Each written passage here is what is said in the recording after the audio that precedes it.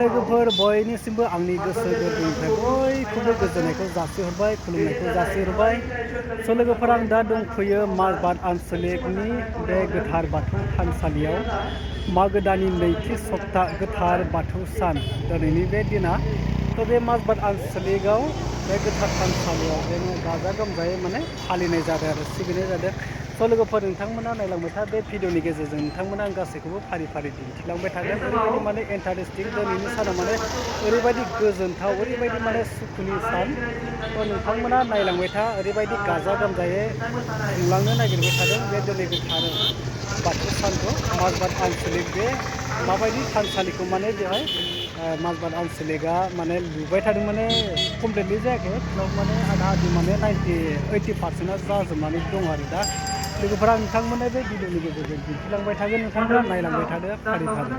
माजबाट आनसलिकनि देउरि आबौनो देउरि ना आनसलिकनि बे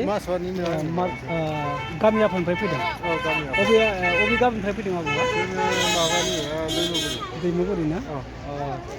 दा बेवहाय फैनानै बिराद गोजोननाय मोनदों। ओमफ्राय दा दिनै गाजा गोमजायै बिराद माबायदि जानो थांगासिनो दिनैनि बे गोथार बाथौ साना?